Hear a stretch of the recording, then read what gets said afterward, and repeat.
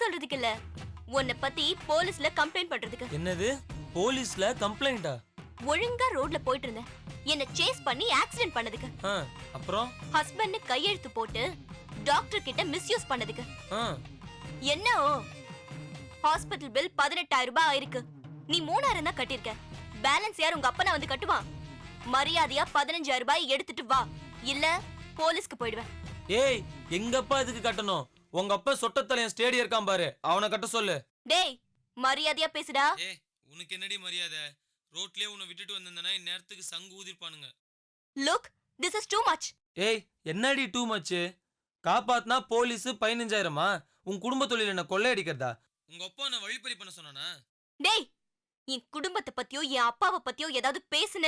பேஸ்னா என்னடி பண்ணுவ? நாடு இருக்கிற நிலைமையில பிரதமர் ஜனாதிபதியா பிரம்மச்சரியா இருக்காங்க. பேர குழந்தைங்க தாத்தான்னு கூப்பிடுற வயசுல அப்பான்னு கூப்பிட ஒன்ன பெற்றிருக்க. ஏய் பொறுக்கி, அவரை பத்தி உனக்கு என்னடா தெரியும்?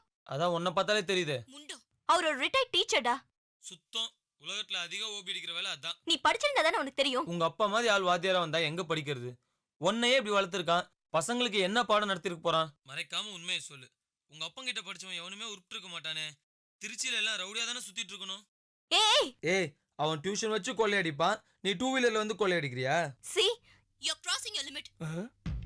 என்னடி லிமிட் கிராஸ்ன்னு?